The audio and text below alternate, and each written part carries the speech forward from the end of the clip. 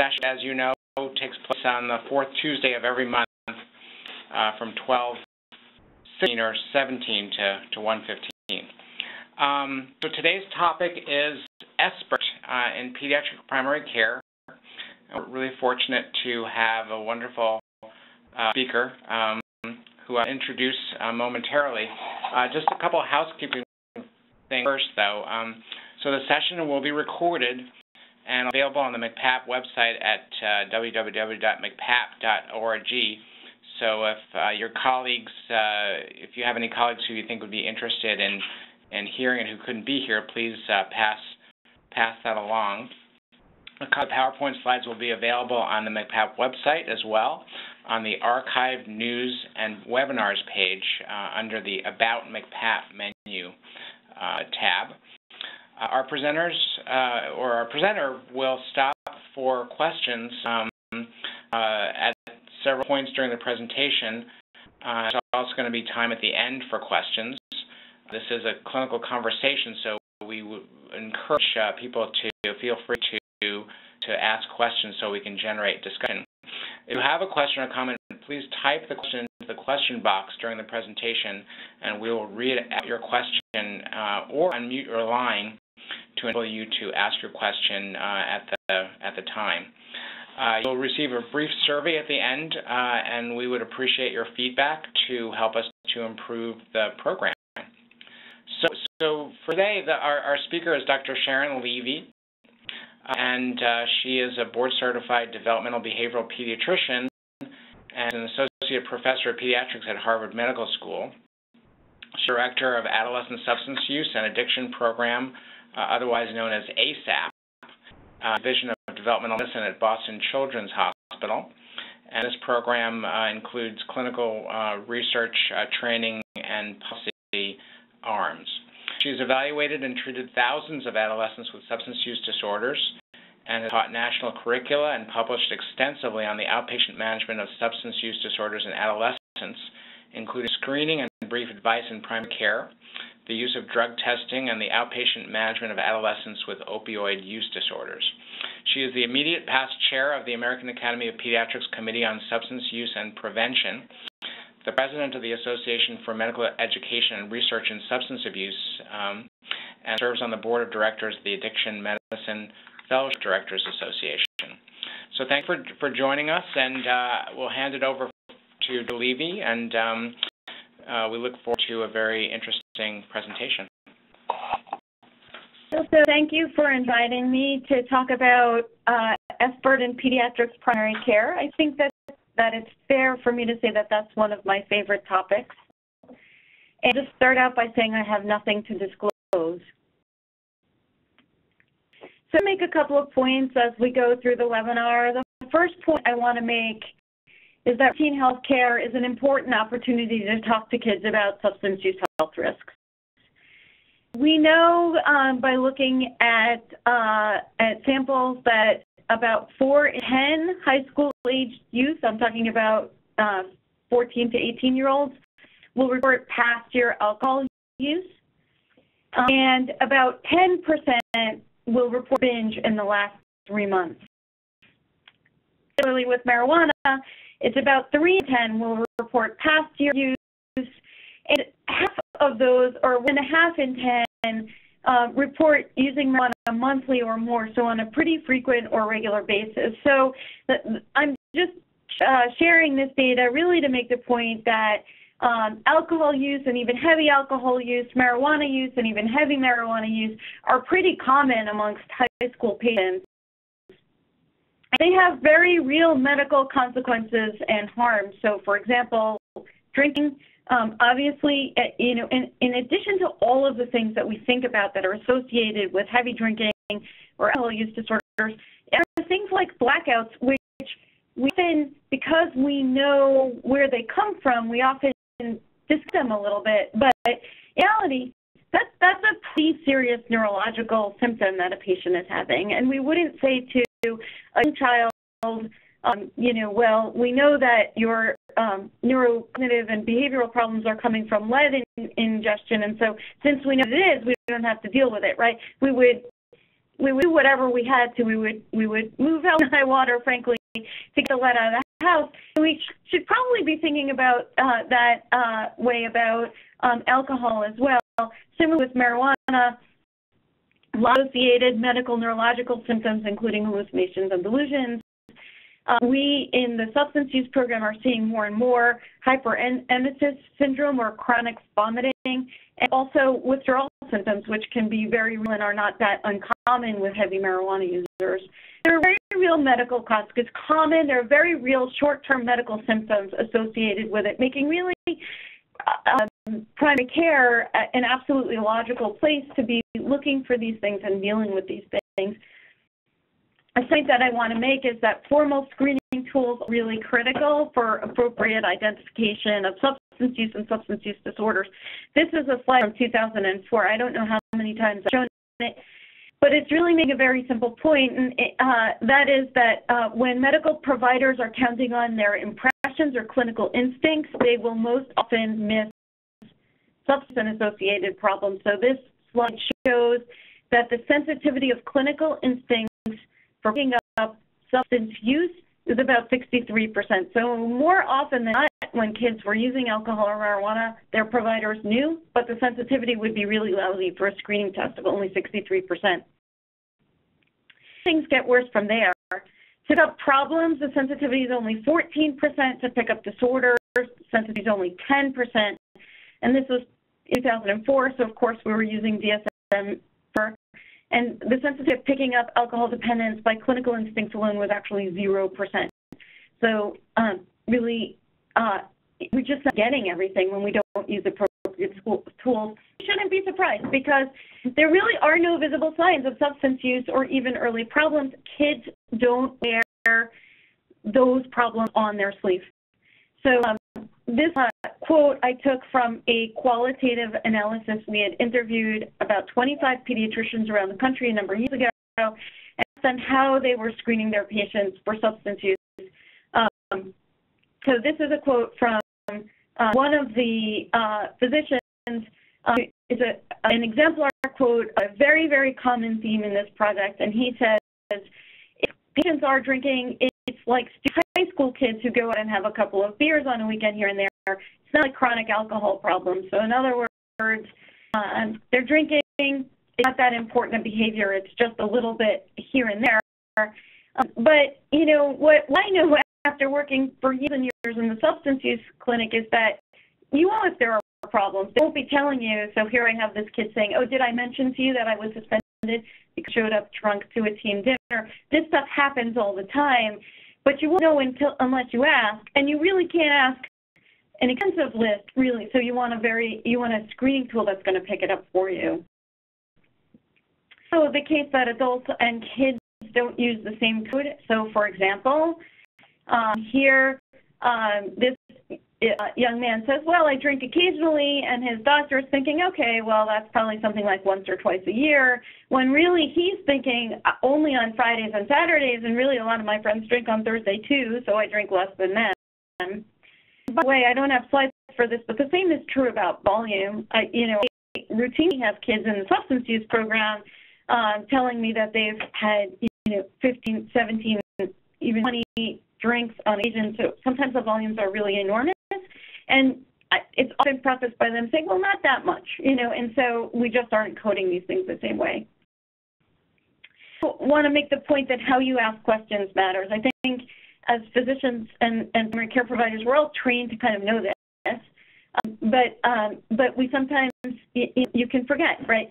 So here's a question that we took off official GOP presidential job performance poll. So this was out there on the internet. And the question was, how would you rate President Trump's job performance so far? And you can see the choices are great, good, okay, or something else.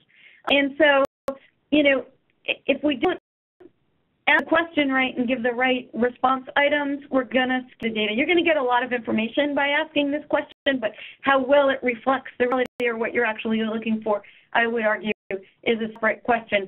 Same thing with screening. We ask how we phrase the questions and the response items that are really important. So a similar example, when we were doing work to validate this screening tool called F2BI, which some folks on the webinar may have heard of. We crafted a question that was, in the past year, how many times have you used alcohol? And then we gave the kids, I'm looking at the bottom row here, we gave the kids 4 multiple choice answers to choose from: never, once, twice, monthly, or weekly. And that using this question, 52% of our sample told us that they had used alcohol in the past year. Now, the Syrian standard question that we were validating against was, have you had a drink of alcohol in the past 12 months? And the responses were yes or no. And in this question, only 42% of our participants reported having had a drink in the past year. So there was a real difference. And we think that having a response item of once or twice, which sounds a little bit informal, and it is meant to sound like maybe not such a big deal, so kids feel okay repeating that, made a difference of about 10%. We know from some of our recent work that's currently in preparation is that screening is associated with counseling. So we asked kids who were coming in for routine medical care whether they had been counseled about alcohol use. They had heard messages like alcohol use is not healthy. And kids who had received a question about whether that they had consumed alcohol in the past year were 6 times more likely to receive the counseling message. And so there's a way in which screening is a natural way to bring up the topic. And it might be a convenient or comfortable way to start the conversation. So it's also important in that regard. Up here a diagram that's showing the American Academy of Pediatrics SBIRT guidelines. So this is just a simplified table or flow chart going through. And the first recommendation is that you use a validated screening tool to identify risk level and appropriate intervention. And you can see there are 4 different risk levels and slightly different interventions from each, everything from positive reinforcement to brief health advice, brief intervention, and referral to treatment. And in our group, we had this idea that if we could just develop a computerized screen that, we'd ask whatever questions we needed to ask, and then, this is like the old Rube Goldberg machine, out you would come a risk level, so that screening would become easy. You'd hand the kid a tablet, they would ask the kid however many questions we needed to ask, and they would get back a risk level. So we designed a tablet questionnaire. This is meant to be small so that you don't necessarily need to read the whole thing, but you can see that there were a bunch of questions on there. And what we found was that it worked pretty well for identifying those risk levels. And then we decided to look at just that first question that I showed you earlier. In the past year, how many times have you used the same question for each of these substances, same 4 response items, and to see how well those response items actually correlated with the categories that we were looking for. And in fact, we found they correlated extremely well. It was actually a little bit of a surprise because we thought that we would lose sensitivity and specificity when we took out all of those questions. And it turned out that this original question, staying by itself, does better than the full screen. And here you can see this was published back in 2014 in JAMA Pediatrics, and you can see the sensitivities and specificities for that question alone were really very, very good. Mostly, 85% and above. So that is the tool that's been recommended in some of the publications and policy statements that put out, and we recognize that the difference between theory and practice is greater in practice than it is in theory. So we know that people have a lot of information to comb through. They have to make decisions about how to prioritize what they're going to do with their finite amount of time in primary care and other healthcare appointments. And so, there are, and they also have to understand how best to use these tools. So lesson that I partnered with MCPAP and some other, the Department of Public Health, Department of Mental Health, some other organizations around the city was whether we could help support primary care clinicians in implementing these tools and amended subsequent interventions the way they were designed. And I'll say saying that there have been a number of documents produced both at the national level by the American Academy of Pediatrics and the National Institute on Alcoholism and Alcohol Abuse, as well as NIDA, as well as some local statements that have been put out. And we wanted to track whether there have been changes in use of these tools over time. And we anchored them to some points around the Adolescent SBIRT provider guides that were put out within the state of Massachusetts. So you could see that we've done a number of surveys. The first survey was actually administered right at the end of 2007. After we look at that data, we put out a provider guide in 2009 trying to address what we saw as common problems or barriers.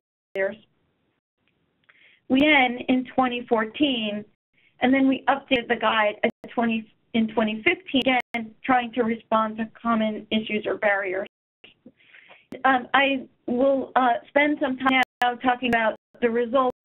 And then the third survey was administered in 2017. And we've had a chance to look at more than a decade of how these practices have changed. And I'd like to spend a little bit of time reviewing some of the findings from those surveys. To point out, in 2008, the samples were slightly different. In 2008, we sent the survey questionnaire to all registered pediatricians in the state. There were more than 3,500 of them. In 2014 and 2017, we chose a representative sample of 613 practicing physicians to get the survey. In 2008, we had a response rate of nearly 26%, which generated 469 responses. We upped that to about 30% in 2014, getting 130 responses, and we hit 40% in 2017, gets a total of 160 respondents. Minor differences in practice setting between in the later survey. So we saw more solo practitioners in the earlier survey, and we saw more hospitalists in 2014, 2017, with no differences in the past two surveys.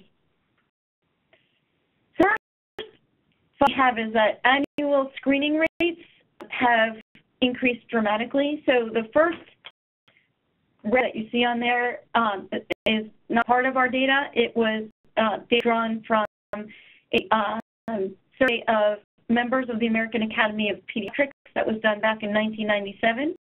And the question was, do you screen kids for substance use? And less than half of those respondents on a national scale said they screen annually or more. If forward now to our samples in 2008, 88% of our respondents said that they were screening adolescents for substance use annually or more.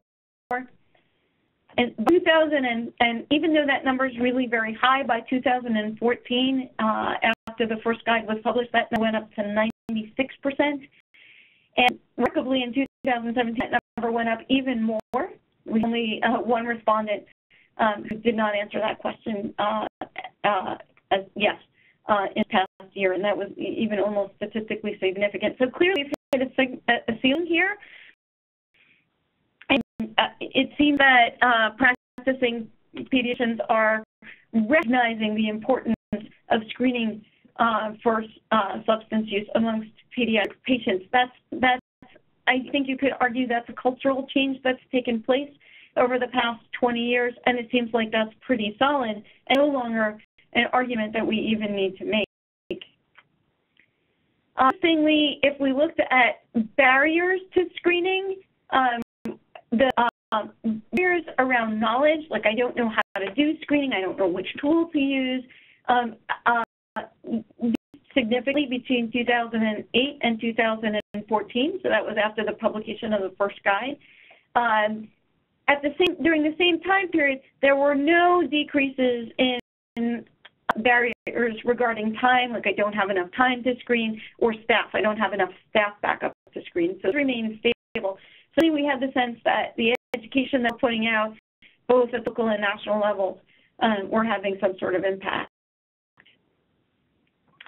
Increases in the use of appropriately validated screening tools between 2008 and 2014. This was actually a big push in the first guide, the emphasis on using an appropriately validated screening tool. And there was no real change between 2014 and 2017 number, but no statistically significant change. Some problems, though. So as late as the most recent survey in 2017, we found that almost half of physicians will sometimes screen with a parent in the room. So the practices, and there were no changes between 2014 and 2017. So some of the practices still need to be updated.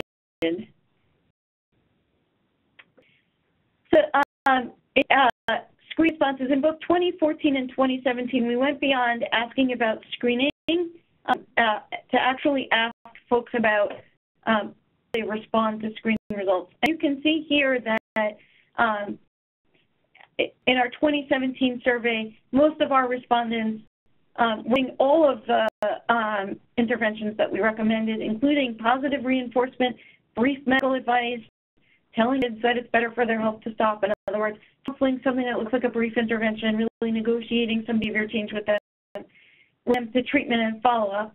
So high proportions, more than 85%, are doing the first three, and slightly less doing the referrals and the follow-up. So the time spent on screening is almost always less than 5 minutes. So I think that gives us a sense that when we're recommending screening tools or screening techniques, they need to be pretty quick and simple to use. And despite this pretty short amount of time spent on this activity, 4 out of 10 respondents still report time as a barrier to responding to screening. Closer look at the referral to treatment. So you can see here in 2017, as I mentioned before, referral to treatment and follow-up are still the least frequently used interventions to respond to screens. But the good news is that both of those were significantly, the prevalence of each of those has increased significantly between 2014 and 2017. So still relatively low compared to the other recommended steps, moving in the right direction, certainly. The barriers to follow-up are also dropping. So people saying, I just don't know how to do this or how to make this happen, dropped from just under half to just about a third. And people saying, I don't know how to get paid from this, dropped from just over a quarter to about 16%. So again, moving in the right direction. And we don't know exactly what's accounting for these changes, but we can say that a lot of this information does appear in the toolkits that we've put out there. So the barriers, the most common barrier to making a referral actually is no longer about time or about billing. It's about the concern that adolescents just simply won't agree to go to a referral or to return, come back and see the primary care provider. And this has to do with confidentiality and issues around parents, and often kids feeling like these are making too much of a big deal about a little marijuana or those kinds of issues. And so, the strategy to overcome that, I would say, is kind of built into the process. So, the recommended intervention for kids for using substances is something like brief motivational counseling, really where we try and work where the kids are at. I think people who are primary care clinicians on the phone call, I would guess most of them are familiar with this idea of really trying to, when we do brief motivational counseling, we're doing a couple of really important things. We're trying to find the hook, right? So understand you're smoking marijuana to relieve the anxiety. I'd like you to follow up because we really need to talk about the anxiety, right? That's the hook. Number 2 is looking where the kids are at. So if not ready to do a quit attempt, maybe will they come back and talk more about it, right? But not trying to push something that the kids aren't willing to. 3, brief interventions also includes very clear messages from physicians saying, the best thing for your health would really be not to use at all, because alcohol / marijuana / nicotine / other substances all have effects on the developing brain. So using the very skills built into the interventions might actually help people surmount some of the barriers of kids not willing to be willing to come back. Confidentiality is another barrier, and these two are very highly correlated. Many times the primary care provider is about a behavior that parents are not aware of, and so returning to the clinic is tricky for a kid who's largely dependent on parents if the parents don't know. So, typically what we recommend in these situations is a very simple step. I think it's one we often forget to do, and that is asking permission to engage parents in the conversation. So very often, by the time we really feel like a child should return to talk about substance use, the substance use is already escalated to the point where parents are likely to know about it. So you can't be by the police, your parents knowing about it. Often parents will find telltale substances. They'll find alcohol or marijuana or paraphernalia or a jewel. They'll already have some sort of inkling. And so what we're asking to do in most cases is not really break confidentiality, because often parents are aware. They may not know the details, but they're often aware that there's been some substance use. And really what we're doing is simply asking to bring them into the conversation and managing that as a positive, right? So your has agreed to come back for a counseling visit, just like I recommended, and spin as something that's very positive. Hopefully parents will be able to agree that that's positive and have a positive experience with it. So the third most common barrier reported was limited access to or knowledge of programs where we can send kids. So where can I send a patient who needs substance use treatment? And we're recommending that folks have a couple of local referrals, and most often the first place to go will be simply use a counselor, a psychologist, or social worker who has the knowledge and experience to work with adolescents with substance use problems and disorders. And even a short list of folks and the kinds of insurances they would take would go a long way, because it's a very small minority of kids at the end of the day who will need highly specialized substance use treatment. So just to conclude, covered a lot of ground here, but our survey work is showing us that best practices amongst primary care clinicians who are providing services to youth continue to improve. I think we have more and more people doing SBIRT, although the sort of the light of the spectrum people are reporting doing the recommended interventions in very high proportions. The complicated kids who need referral follow-ups are lagging behind a little bit, but they are progressing in the right direction over time.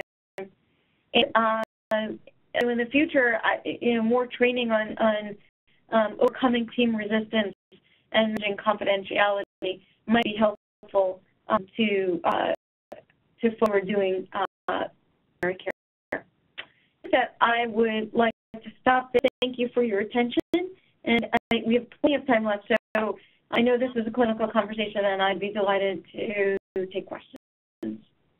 Thank you much, Sharon. And we do have a substantial amount of time for questions. I did want to just acknowledge all of the wonderful efforts in the pediatric primary care community in Massachusetts in terms of all the work that they have done to incorporate routine screening into their practice, because that's really quite an accomplishment. And I think that that's really a wonderful thing. Certainly that. I have to say that I present this data at national meetings sometimes, and one of my colleagues from California, which is a very progressive state, right? But he said, he's from one of many states that has Massachusetts envy. That's great. So thanks, Sharon. So we have no questions up on our message board to read. I guess I had one question, which I thought I could ask to kick off the discussion, and I guess it has to do with the coming changes in the beginning of a retail economy for marijuana since the recent legalization, and whether or not you have thoughts, Sharon, about ways for pediatricians to talk to kids, about this and any implications for clinical practice. Question. I do happen to have a lot of thoughts on that question. Really, the most consistent finding is that perceived risk of harm associated with marijuana use is plummeting. Really no surprise, because that's a coordinated strategy by really what I would call a burgeoning industry of folks who want to commercialize marijuana, right? I mean, that's the strategy has been, first to medicalize and then, to soften the image of marijuana from a drug to, a medication or an herbal supplement. It's actually very similar to the way alcohol and tobacco both, and I would say there are similarities to the way opioids were marketed as well.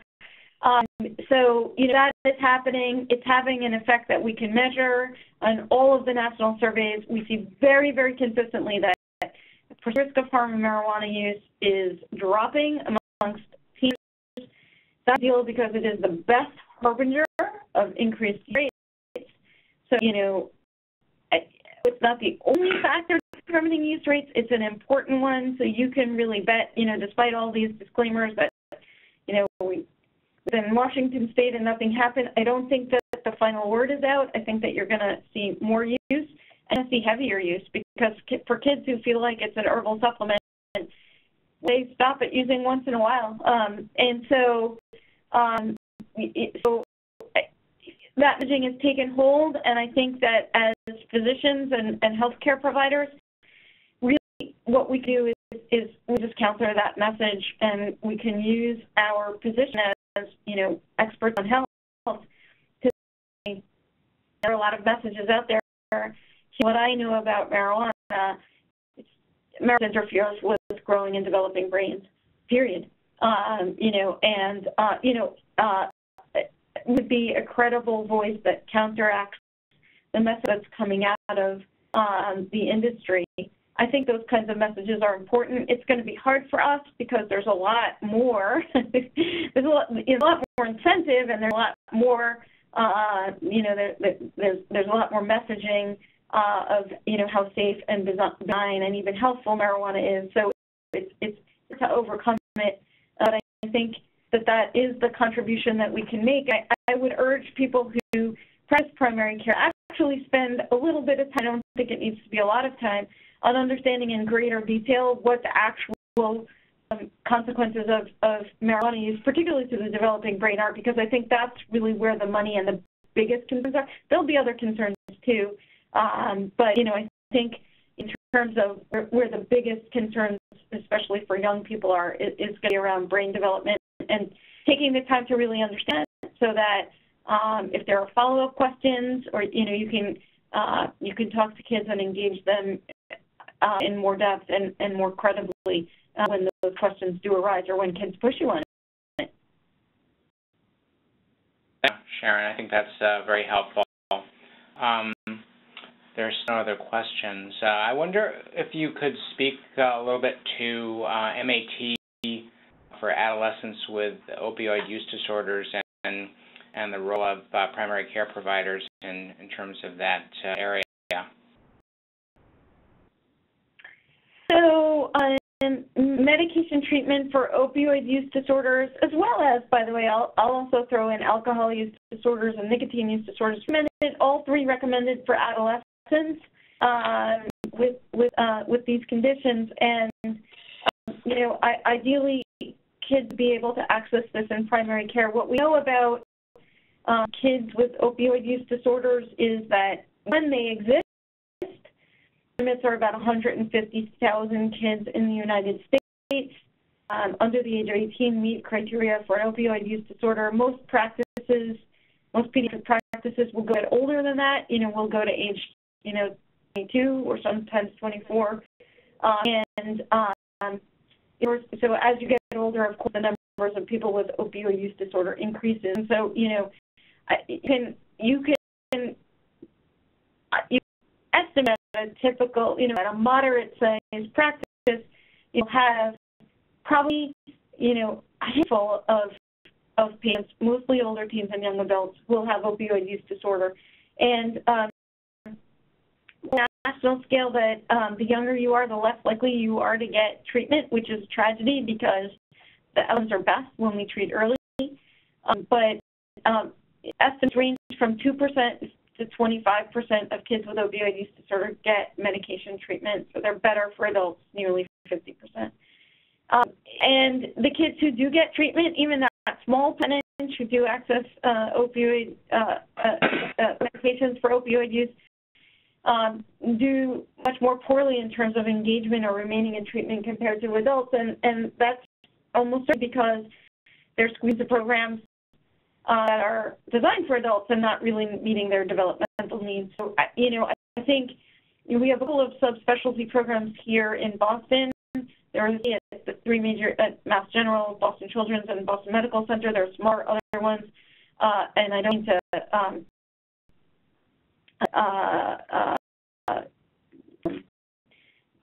I don't mean to miss anybody, but there are a couple of subspecialty programs in Boston.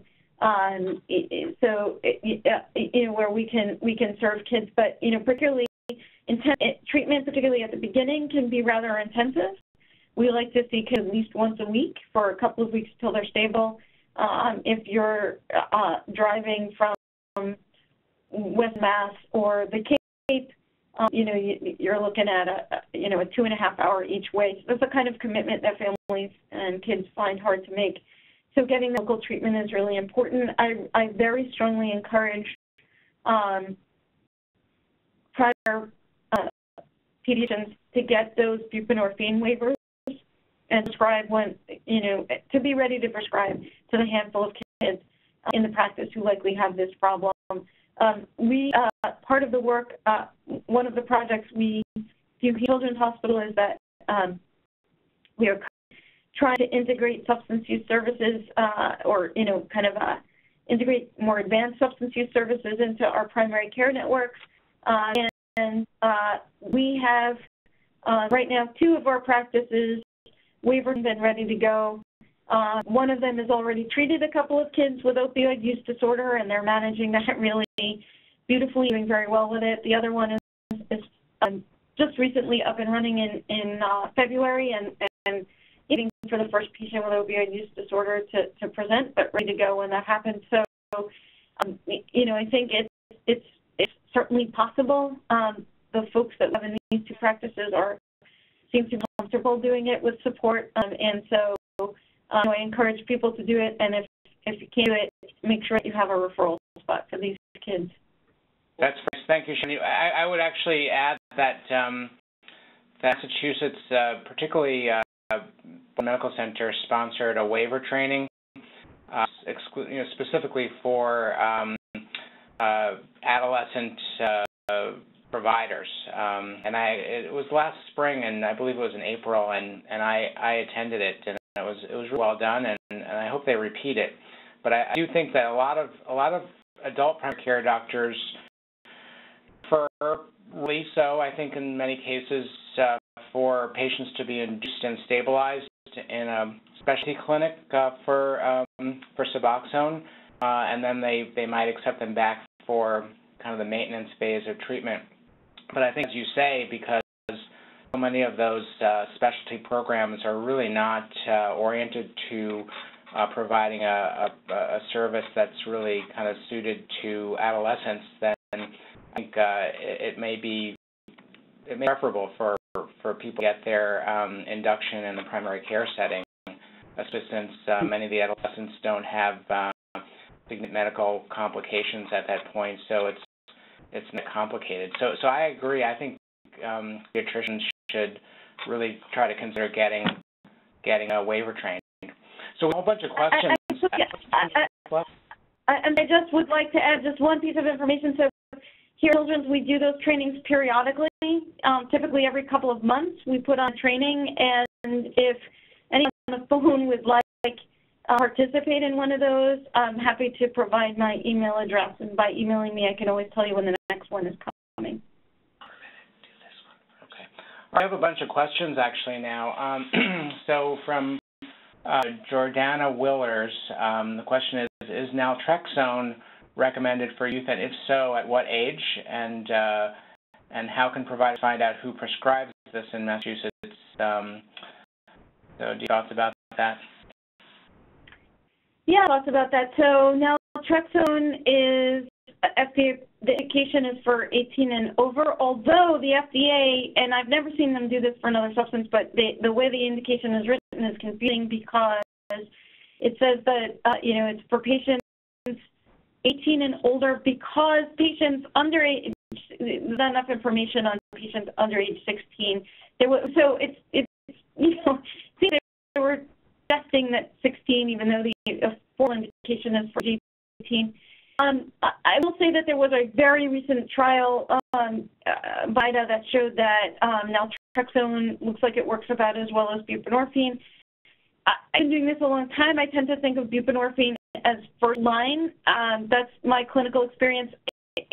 People feel differently about it. That's been my clinical experience. But there are, I think, indications for naltrexone over buprenorphine, particularly kids who have heavy binge drinking, that we don't want to put them on buprenorphine, or kids who are unstably housed. Buprenorphine creates a number of challenges, and we can administer naltrexone intramuscularly. It takes away some of those problems. And then some patients really just prefer it. Some parents just prefer it. So anybody can prescribe naltrexone. You don't have to be waiver trained. I think a lot of the substance use programs that use buprenorphine will also use naltrexone. So I think any of those would be fine. Have to use it technically off-label for under 18, but we do that all the time, and we do. In fact, we do for kids with alcohol use disorders as well. The next question is from Marcy West, and she was wondering if the recommendation for where to find a list of the specialty programs for substance use disorder treatment in Massachusetts. And actually, if you have that, Sharon, we can actually add it to the slide deck so people can have it for their reference.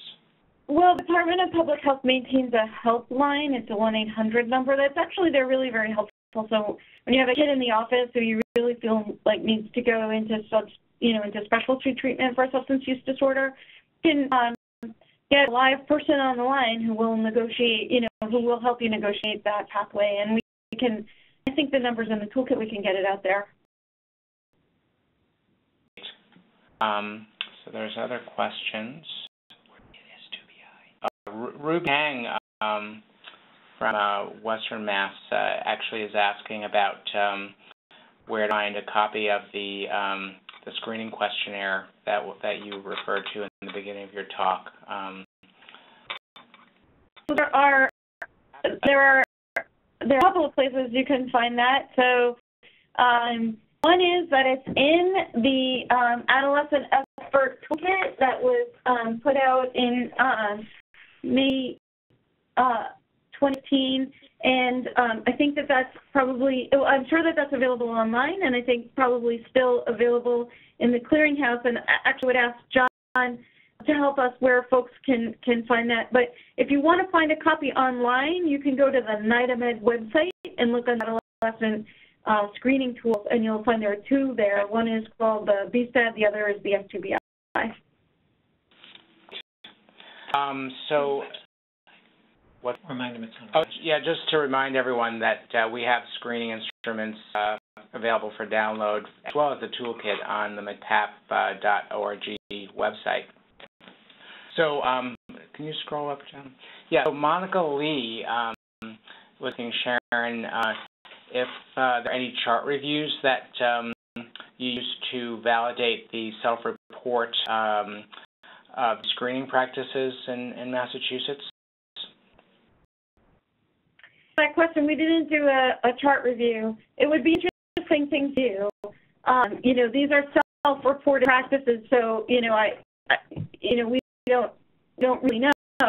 Chart review, I think the results are even when sometimes screens are done and not recorded in the chart, so they're less than perfect as well. I can tell you though that we did a very interesting project recently in which we asked kids that they were screened, right? So these were kids, and they were coming in for care of a chronic medical condition. They were kids 14 to 18, most coming into a diabetes program.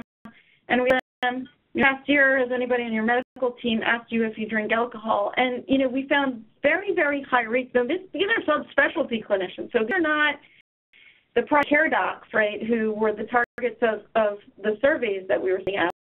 And we found rates over 90% of the kids were saying, yes, somebody asked me.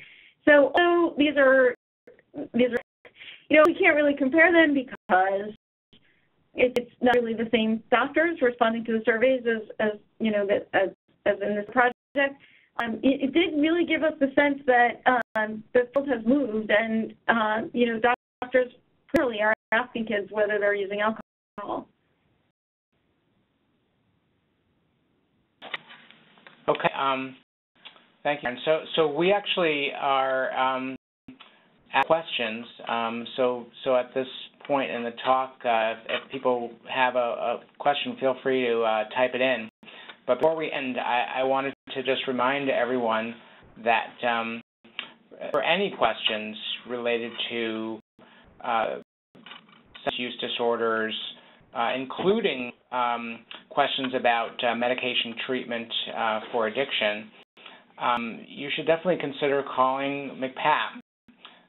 The MCPAP consultants are not all at this point experts in medication treatment for addiction and buprenorphine waivers, but we certainly have some of us who are, and also if the person that you happen to reach is not, we can actually get back to you and find someone to help.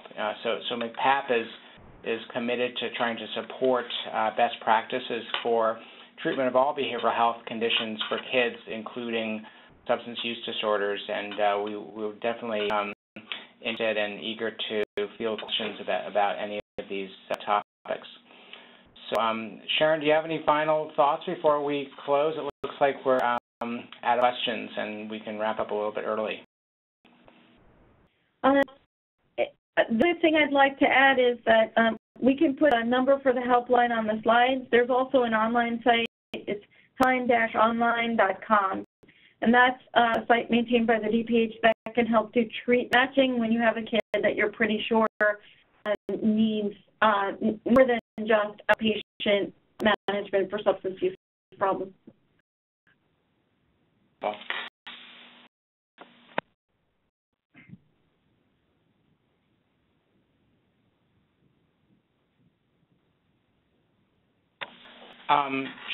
John actually had a last question, whether or not we can send out any office materials or brochures that would be useful for education of patients and families to keep in the office, whether you have any recommendations about those things.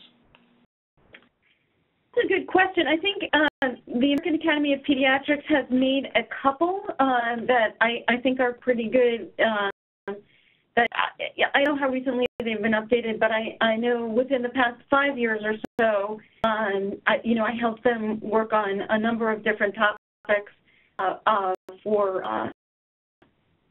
adolescents and separately for parents on a number of different questions. So I would get on the AAP's website and take a look through, see what they have. I think they cover pretty well alcohol, marijuana. They have one about drug testing, as I recall. One about a number of different ones on there worth taking a look at. We'll have to take a look at that, and we'll also look at the DPH clearinghouse because we understand that there's some materials there, and we'll add them to our website for download and see if we can get a supply in case people request them, kind of the hard copies for their office. So that would be great. All right. Well, thank you much, Dr. Levy, and thanks everyone for attending. We're ending a little bit early, but this was a really helpful and rich discussion. We really appreciate everyone's participation and, of course, Dr. Levy's leadership in this area. So thank you again, and we look forward to seeing or hearing about others joining us for next month's presentation. And actually, incidentally, as a teaser, next month's presentation is going to be about our ADHD clinical practice guidelines, kind of as part of the series of the rollout for other clinical practice guidelines we've been developing. Further questions can be emailed to mcpap@beaconhealthoptions.com, and the recording is available on the website. And please respond if you have a moment to respond to the survey that you get at the end, just to give us feedback about the program. So, thank you for inviting me. Thank you, Sharon.